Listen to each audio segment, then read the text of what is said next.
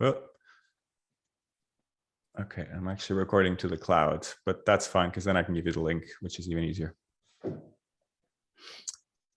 Hello, everybody. Welcome to the Event Manager Podcast. And I'm super excited to be talking to Hoyin Cheung, the CEO and founder of Remo. Hoyin, thank you so much for joining us today. I'm super excited. Thank you for having me. So Hoyin, we've only recently met, but I'd be really curious if you were able to give us a little bit of insight into your history, your background, and how did you get involved in this crazy event industry? Yeah, it's pretty interesting. It's definitely very I definitely fell into this industry. It wasn't something that I planned before. So prior to Remo, I had some other ventures. I did Amazon e-commerce before. I've done mobile marketing. I also have done social media marketing as well. The venture right before Remo was a SaaS platform for helping social media accounts, social media brands grow their brands. I started off working remotely, working with individuals and individual contributors and my teammates that were from around the world. And the reason why I did that was not really because of remote work as a philosophy. It was really actually more of just a need to find better talent. And so I've been having and running remote teams for over like eight years. I originally started creating a virtual office product. Remo started off as a virtual office. In fact, we still have it as a virtual office product today. And my original sort of goal was how do I create authentic conversations that build meaningful relationships? And because when I was running remote teams very early on, I found that it's very difficult to develop relationships. Back in the day, we were using like Skype and no Slack. It was just Skype. And I lost some teammates because we just could not connect enough at a fundamental human level. And so we created the virtual office product, which is essentially the same thing as Remo, except it's for offices to solve that problem. And so then, could you give us a little bit of context of how that works? So it's a virtual office product. Sure. There's video meetings, but what makes it different from a virtual event product? Yeah. So it's always a challenge to explain, but the way I explain it is it's like a 2D map, and you are represented by a little circle profile picture. It's like a circle. And the 2D map has all these different maps, different rooms. You double click into a room, you'll move into that room. And let's say there's 3 other people in the room. They all have their videos on. And once you jump into that room, the videos of those people will then show up kind of like at the top on your screen. So it kind of mimics that concept of like you walk into your room, you then see those people. And so we originally were targeting like fully remote teams that wanted to kind of like replicate that environment, but it was more for like a collaboration / meeting tool, and to kind of have these sort of virtual hallway conversations that people did not have when you're working remotely. And after that, we proceeded to actually host an event for this virtual summit. Back in the day, before virtual events, they were called virtual summits. And a virtual summit was a bunch of like pre-recorded videos that would play it, And what we did was we collaborated with a summit that was targeting remote work teams and remote work business owners. And we were trying to sell our virtual office to them. We modified our product to create this conference-like map. And with this conference map, we had 10,000 people go through the conference. And what's funny is like after 3 days and 10,000 people, no one bought the virtual office. Like even though that was what we were pushing and selling, no one bought it. And then people came up to me all the time. It's like, oh my gosh, this conference was amazing. I want to host a conference on Remo now. And at the beginning, we're like, oh, that's kind of odd because we're not a conference product. We're doing virtual office. Are you interested in virtual office? We're like, no, we're not. But conference, we are. And so that kind of percolated a bit. And then that's how we started to pivot into the event space. And when was this? So could you give me some timelines, and when did you launch Remo, and when did this pivot kind of happen? So we launched Remo around 2019, January of 2019. We started selling. Things weren't going too well, like in terms of like, it just didn't gain much traction. It was very tough. We had some customers, but not a lot. But by August of 2019, we then pivoted. We did some experimentation, and I did those events that I just mentioned, and then we started reselling the product pretty much like September, October of 2019, and then 2020 is kind of like, we all know what happened in 2020. So then it just started to really expand in 2020. Yeah. That's really interesting. So you were kind of a little bit early to the game in the sense of you noticed there was something interesting, and that pivot that I guess a lot of people did probably 6 months later. You had a 6 months head start there in terms of thinking about the product more in terms of virtual events. Yeah. Yes, to that degree. Yeah, absolutely. Cool. That sounds like a really fascinating story, and I followed some of the other things that you've been that you were a part of, which I think is quite interesting.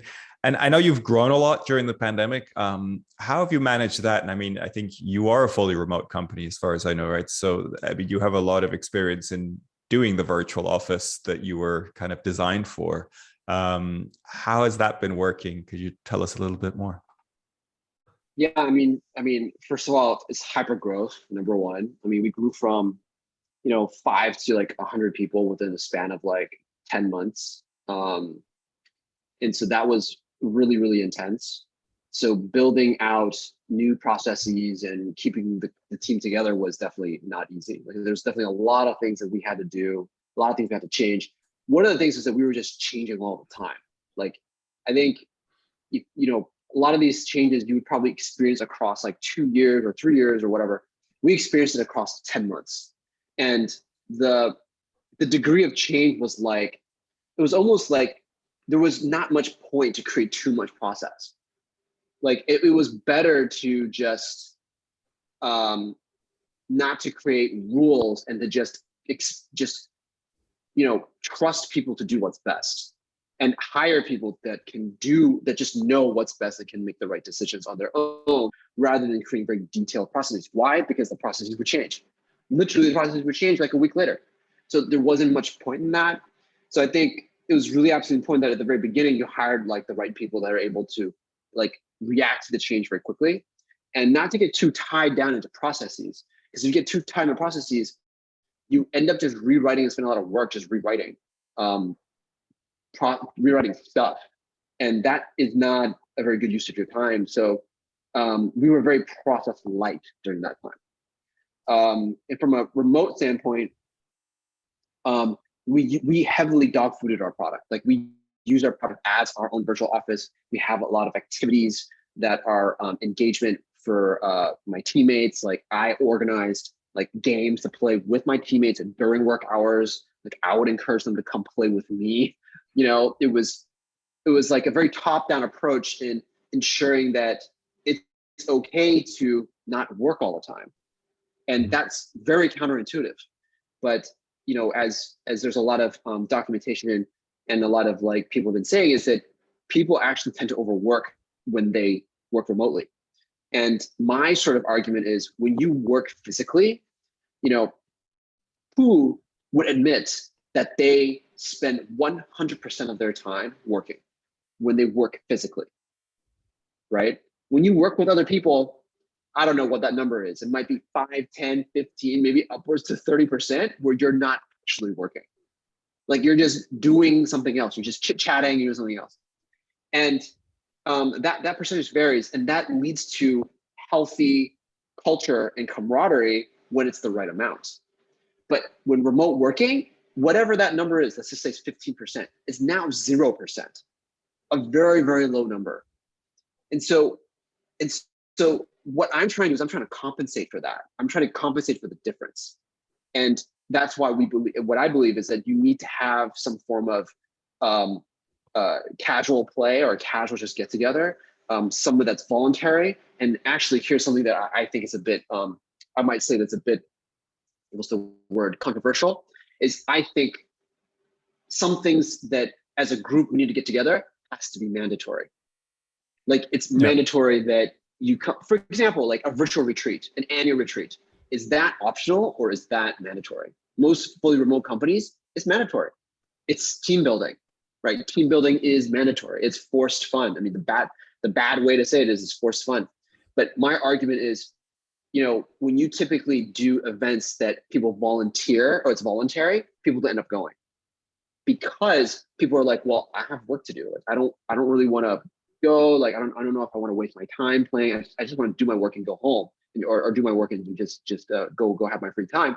So people just don't end up going. So if it's optional, don't go. And voluntary is the only way that we get to see people. Then what I do is that it's team. We call it team building, but you're actually just having fun. You're just chilling and hanging out. Like, there's nothing really too structured. Sometimes some of them, it's literally an excuse for you to just talk to people at the end of the day. And you can talk to people if you want. If you don't want to talk to people, that's fine. You just sit there and listen. That's really interesting. I think that there's part of that also I think applies to events in many ways. This idea of this fear of joining something like that, or this reticence of kind of being part of this event. Like you say, if it's voluntary, they'd rather just get on with their work. But if they don't kind of take that chance, they're missing out because they're not putting themselves out there, right? They're kind of protecting themselves. They're shying away from any sort of interactivity, which is such a shame. I wanted to dig in a little bit more in terms of Remo. I find it a really interesting product in the sense that, and tell me if I'm reading this wrong, but most virtual event platforms are broadcast focused. They're sort of like, let's come up with a really cool way of having a sort of main video. People can chat, do whatever, but there's like a real focus on one video source. And Remo is very much sort of the breakout room platform in a way, and again, if I'm using the wrong terms, please correct me, but it feels like you really decided, hey, the important stuff is the chat. The important stuff is the communication between people rather than the broadcast. I know it can do broadcast as well, but that's not kind of the main focus by design. Could you tell me a little bit about why that was the sort of, I guess, starting point for Remo or the design choice? Yeah, I mean, it all comes down to, what my sort of, I sort of mentioned this phrase, like my mission, right? The mission of the company really is how we create authentic conversations that drive meaningful relationships. And what we found was events is actually the most compelling way to achieve that mission. Now, you can do that with virtual office too, but what we found is virtual events is just a way much more better way to achieve that. And so what we focus on is how do we create a human-centric experience? How do we humanize the whole thing? And so what I frequently look at is, what do you do normally in the absence of technology? When you don't have technology, what do us as humans do and what is our behavior? And that is where I always start from. When I think about like product design and I think about what our strategy is we want you to feel as close to, from a behavioral standpoint, to reality as possible. When some people sometimes might think, oh, it's human-centered, they think, oh, well, let's do 3D avatars. And I would say, well, not really, because if you do 3D avatars, the real life analogy to that is everyone comes wearing cosplay. Like, they wear a mask, they dress up to a physical event. That's what a 3D avatar thing is. And when I think about that is, do people do that at professional meetings? And we all know that is no. We all go there dressed up, proper. We see our own authentic face and connect with each other authentically to build trust, develops into meaningful relationships that results into business. And so I think about from that. And what I early on, when I looked at why do people go to events? Most people go to events. Over 50 to 7% of people, depending on the type of event, go to events to connect with others, to get industry news, to network, collaboration, partnerships, whatever. And the content is just the conversation starter. It's actually just the initial kind of gel, or the grease, a push kind of like for people, right? It's a prompt for people to go in a certain direction. It's a prompt, yeah. And I believe that it's a prompt. And so we focused on the individual connections. And those individual conversations is where the magic happens. And where that magic happens, that's where Remo kind of got its original, because it doesn't have, when I say human-centric, it doesn't mean that it has to be visual, like, oh, it has to be 3D, it has to be VR.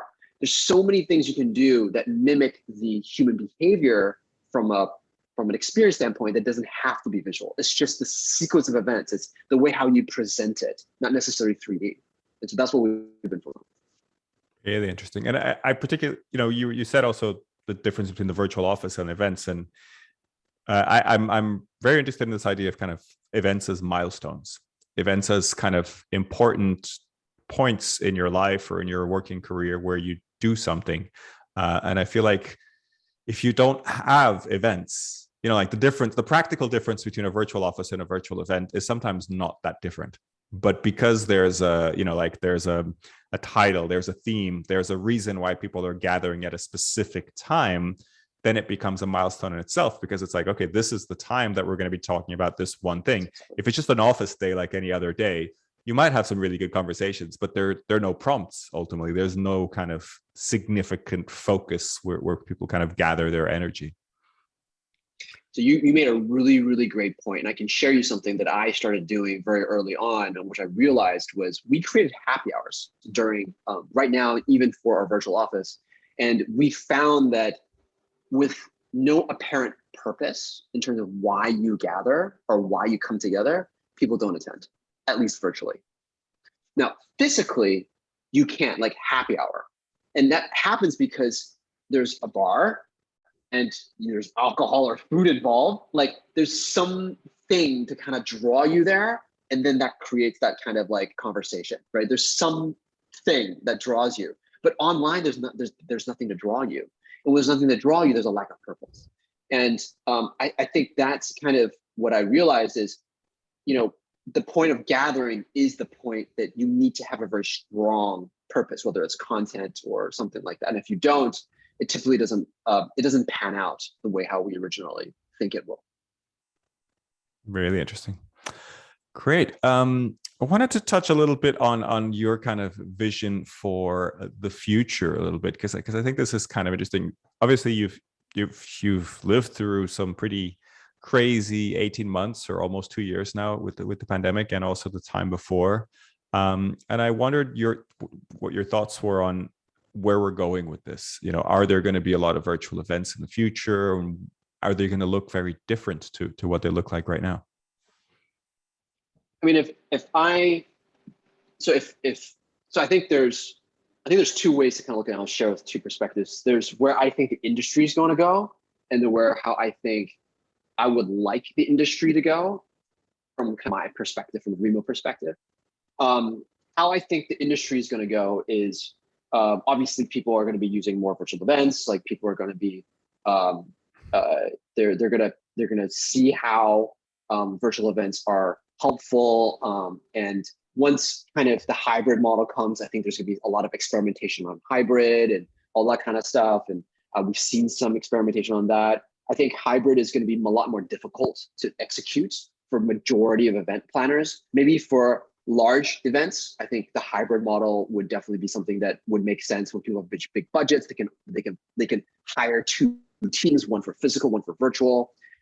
Personally, I think hybrid is a very luxurious kind of, sort of model of doing events until someone can find a much cheaper way to do it somehow. And I think there's going to be a more continued focus on content. From my perspective and where I believe the industry should go is, and from our Remo perspective is, it's all about interaction. So people would say content is king. From my perspective, interaction is the new king. Content is the queen. So content is a secondary thing, but interaction and engagement is really where all the magic is. And this drive towards authentic interaction is becoming more and more important. So it's not enough to just have chats or just to have people kind of sort of know each other, but it's got to be more immersive. So I believe that the events industry will go more experiential, from my perspective, way more experiential.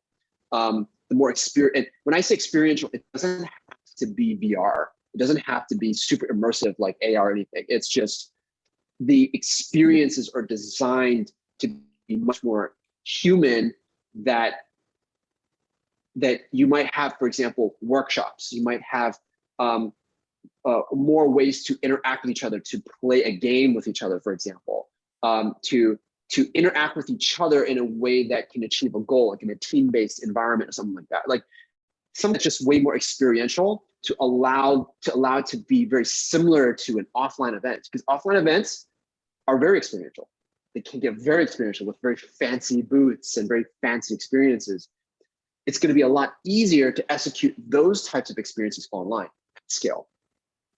And I think that's where I would love to see the environment going, because that's when you get the huge benefits of why virtual is so much better than physical: scale and potentially just as good experience. So it sounds really interesting. It sounds like something that I would like to see as well. I particularly like this idea of engagement and interaction, but I feel like most events, and I'm not talking specifically about Remo in this case, but I feel like most events are very much in this broadcast kind of scenario. Why do you think that is? And what can we do to fix that? I mean, without mentioning platforms necessarily, I don't think the platform's necessarily the, that's the end goal, or that's the tool you're going to use to get there. But what's going to make people shift to that place?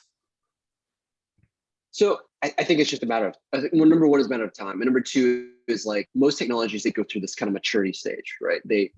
And also it's, okay, so it's okay. Let me take a step back. There's a few things. One is there's a huge rush into virtual.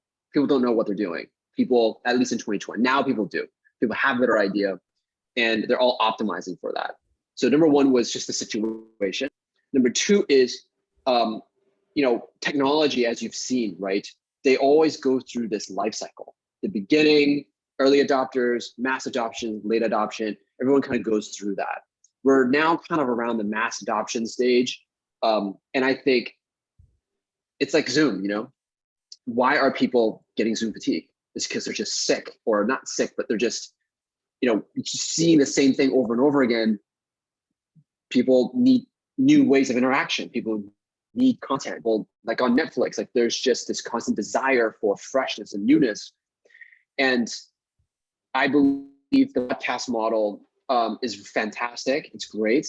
But I think when people really start focusing on engagement, which is the next level, there'll be this natural shift into this arena, because people are gonna be like, well, I need engagement. I need further engagement. I need further better interaction. How do I get that? And by just using the same platform, the same sort of paradigm over and over again, that will eventually may get to some fatigue over time. And so I think over time it will go there. And I think it's going faster than what people think. And what about in terms of scalability? Because if you're doing a broadcast event for, 10,000 people, it's hard to replicate that into something super engaging and interactive. Or do you see that differently? Yeah, I mean, well, so then here's my question is, like, how do people have conventions that are 10,000 people? How do people maintain engagement there? Right? Like, sorry, go ahead. I don't know if they do. I think there's a time and a space for 10,000 person convention. I think part of what makes it really interesting when it's 10,000 people is that you have to be there. You have this feeling that it's important for you to be there, and there's a lot of buzz around it, and there's a lot of it's a vibrant place. But I think everybody has a separate experience. However, my feeling is when you replicate that virtually, it's very hard to do. Just because you're watching a broadcast style event and there's a little ticker in the corner that says 10,000 people are watching, that doesn't mean anything. You don't really get the buzz of being in a room with 10,000 people. It's a very different feeling when you're virtually. So I think that there's a place for that, and I think that those large events still make sense in a way. And if we can do them physically, I think they're worth it, at least in terms of the buzz and the networking and that feeling that you're part of something really large. I think in terms of sustainability and all sorts of other issues, they're probably not sustainable. But I think it's very hard for an industry that sort of thrives on building those kind of events to then shift completely into building quite small interaction events. And I'm not saying it's wrong or right. It's just that's a big focus of a lot of the industry. And how do you provide that industry with a model for interaction in virtual events that can take part of what that does for them? So if you think about it, right, like if you think about physical events, I mean, if you have 10,000 people in one hall, right? I mean, what are you really doing? Like, you just sit there and there's people around you. You get to feel that there's people around you. Are you interacting with people to the left and right of you when you're at a keynote, for example? I think it's different. When you're in a keynote, no. I think what happens at most keynotes is people are on their emails. They're not actually in the room. But that's just my sort of, sitting from the back of the room, you can see a lot of blue screens in people's faces. But if you're at something like a trade show, I think there is an energy at trade shows that's really interesting. And, there's 10,000 people. There's an energy, the fact that there's 10,000 people there, but you're not interacting with 10,000 people. You're probably, in a day, you're interacting with 100, maybe a couple of hundred, if you're really, putting yourself out there and talking to a lot of people. And that's okay. But if you think about each one of those 10,000 people having 100, 200 interactions, that still makes it quite an impressive kind of, and I think that's where that buzz and energy comes from. So there's actually a few companies that are doing this. And this is something that, unfortunately, we don't focus on trade shows, but we do have people that have done trade shows on our platform. There's some people that have done a really good job with this, and where they can hear sort of the conversations that are like happening around them, but it's like very muffled, so you can't exactly listen to it, but you kind of hear in the background. The way how our platform is structured is that you can have one map and have a bunch of trade shows, like have a bunch of booths on that. In fact, we don't do trade shows, but we do something that's similar, and they're called job fairs and poster sessions. It's literally, the layout's exactly the same. It's like two people per booth, and people just kind of jump from one booth to the next. And people can kind of just have those small interactions and talk and all that kind of stuff. So what I would say is that we kind of don't focus on the trade show as much right now, but we have been successful in kind of scaling these small group interactions, these type of events for 10,000 people. So we would have several floors and several buildings. So not only a vertical sort of scaling, but also horizontal scaling, where you can go into different places and connect and network with different vendors and all that kind of stuff. And this is something that we've actually done to a very large scale. And that is something that we've been able to do. And some of our new feature that we've just launched allows you to create, let's say, like 10 different, what we call event buildings, which are basically 10 different floor plans. So you can have show hall A or hall B, networking lounge A sponsored by IBM. That's like a unique experience. We have amphitheater 1 for one talk, amphitheater 2 for another talk, and you can move freely from each of these areas. Yep. Broadcast mode in one time, network lounge in another during the breaks, and it literally creates this sort of experience as if at a large convention, and you can feel the buzz if you want to, depending on which area you're going to. That sounds to me like a trade show. Why do you say you don't do trade shows? Is it just the sort of the naming that you don't use, or do you see something different? It is similar. It is similar. When people typically use show, it's like huge, like they're massive. Like typically when someone says trade show, it's like there's hundreds and 200 vendors, for example.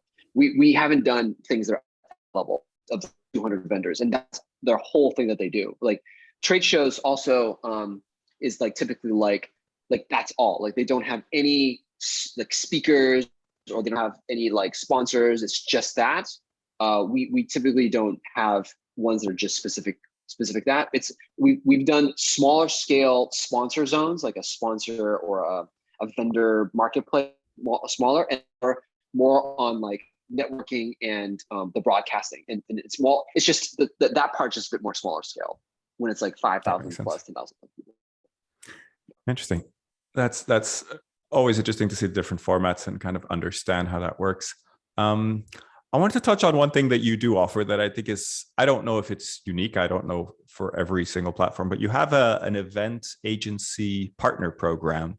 Could you tell us a little bit about, why that came to be and how that works?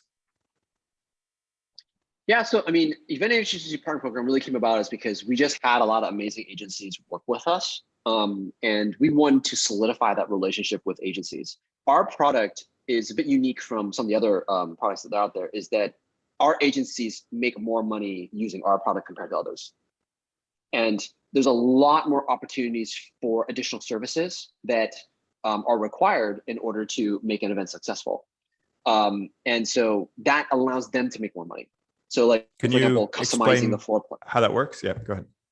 Sure, yeah, that's a great thing. Yeah, absolutely. So customizing the plan, most events, they want custom floor plan of their own. So they get to design the floor plan for them. That's like a good amount of money there. The second is you have many different event buildings and many different floors. And so you actually kind of need human people to be there to support the different floors and support the different buildings sometimes in order to make sure that everyone's okay. Just like a normal physical event, right? Except it's cheaper because you don't need that many people, and it's just more flexible in terms of hours. So it's the cost compared to physical is cheaper. And you can get people that's not necessarily, you don't have to fly them in, and there's like a lot of cost benefits there. And so that also has like a bunch there, a bunch of cost pricing services. And then there's also like running the actual event, coordinating the event, coordinating people, coordinating the speakers. There's just a lot more opportunities to kind of like to charge and create that more experience. And also, you actually have to craft the agenda more and actually have like a proper run of show and all that kind of stuff. There's just a lot more stuff that if people really wanted a really intricate show, an intricate event, they have the ability to get there with the help of an agency. And so a lot of event agencies pick us because of our ability to create more immersive experiences that lead to help either customers with bigger budgets or customers that are willing to create something that's just more engaging. But is this then, do you have a sort of percentage, a commission that goes to the agencies when they kind of lock in with Remo? Okay. And that's right. So they have a commission structure. Yeah. Yeah. And so it sounds like, do you offer Remo as a software as a service, as a SaaS product, and then the agencies are the ones who customize and kind of set it up? That's right. Yeah. So our model is we focus on what we're good at, is creating a base great experience with software. The actual running of the event, those are professionals who've run events for decades, and we work with them in order for them to. And a lot of event agencies say working with us is very similar to working a physical event, which is what attracts them, because then they're actually applying a lot of the same like run of show and organizing everything, very similar to an actual physical venue. It's really interesting because we've seen from EventMB's perspective that most of the virtual event platforms have really upped their service levels. So they've kind of taken a different approach, rather than being SaaS products, becoming very much kind of almost white glove products where they help people out for a premium, but they help people out and they kind of help create the event and do all sorts of service. And you've kind of taken the opposite approach.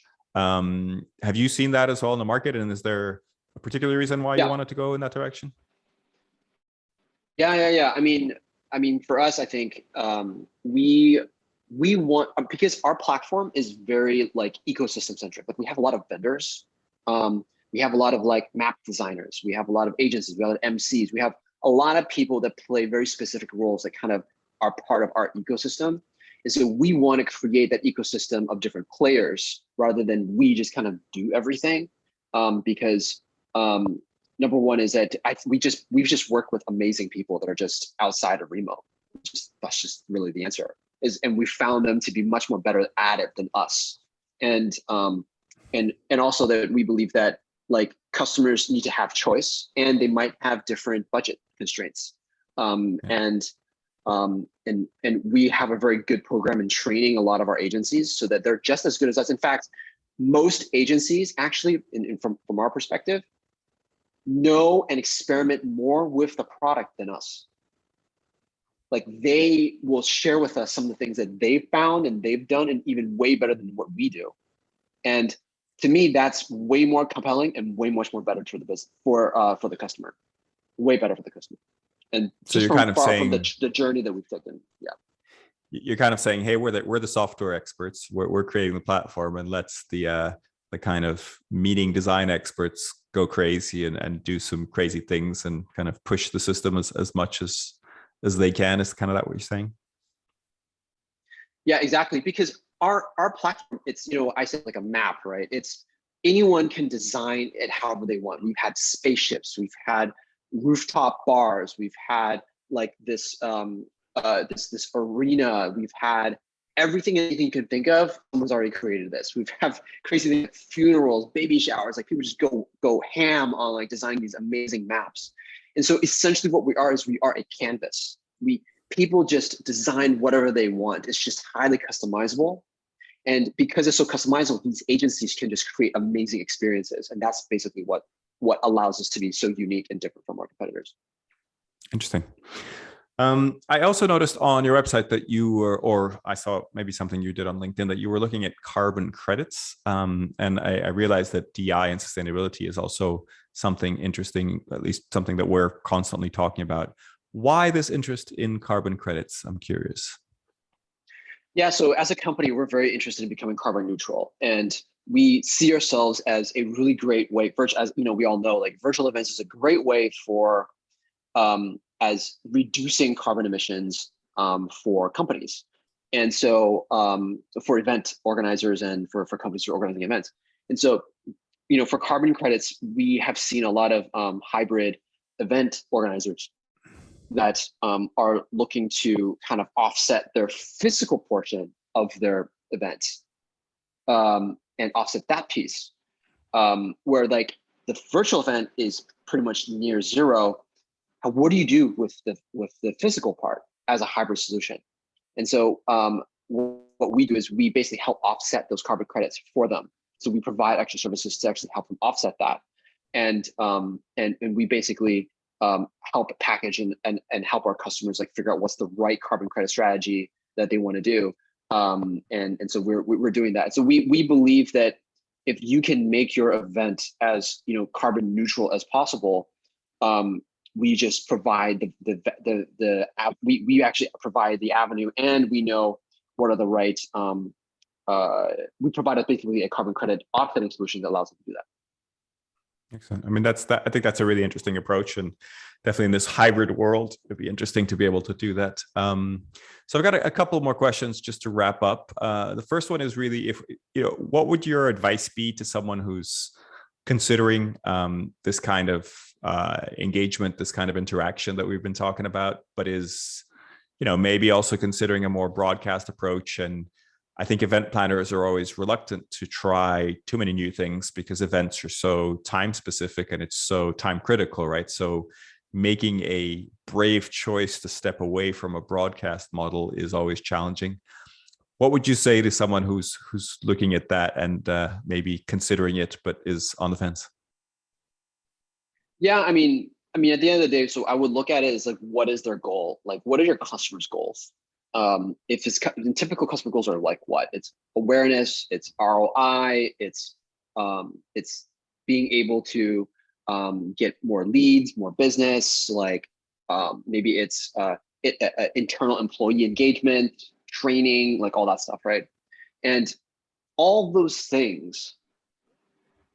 If we all went to university, if we all went to university and we all just sat there listening to someone, right?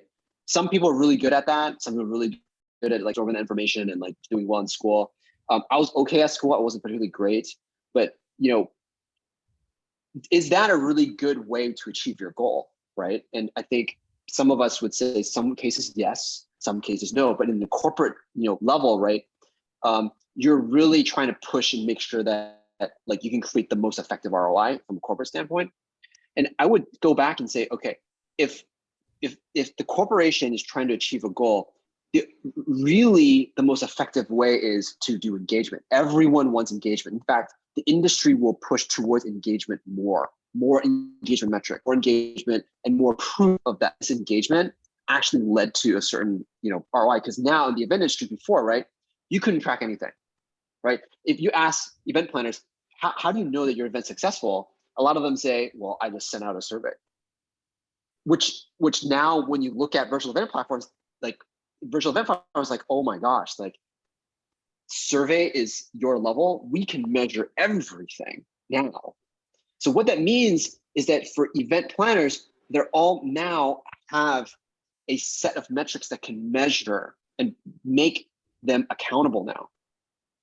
And that means that the bar that you have to make things more engaging is now much higher, way higher.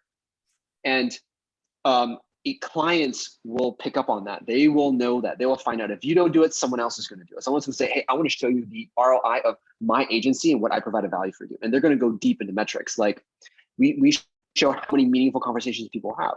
We show meaningful, like we're able to measure how meaningful it was and how they were able to network and communicate. We can measure how they were engaging with the content, which leads to them being able to remember and just vegetate or apply the content much better than just a broadcast mode.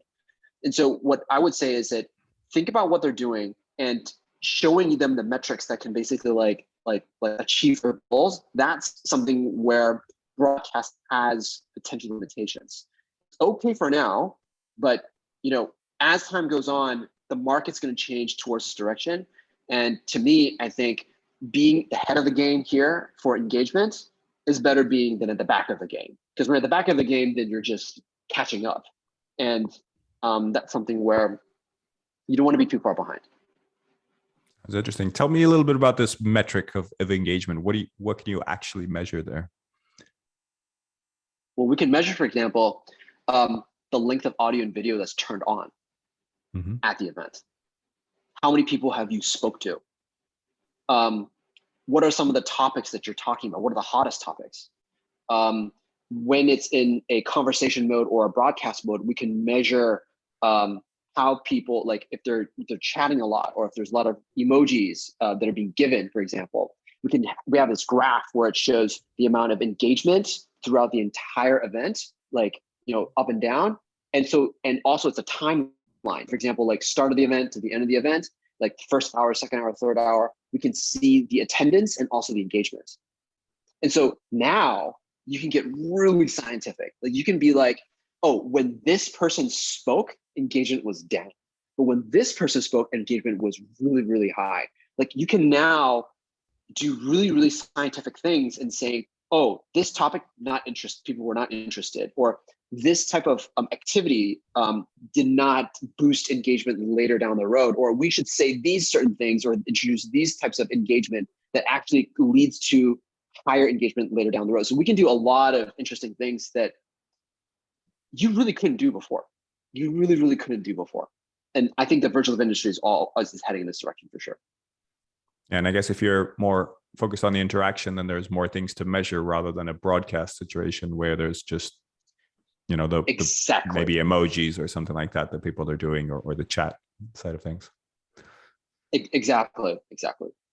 Interesting. Well, Hoyin, thank you so much for sharing that with us. I think it's been really interesting, a little dive into interaction and hopefully what you see as the future of the event industry.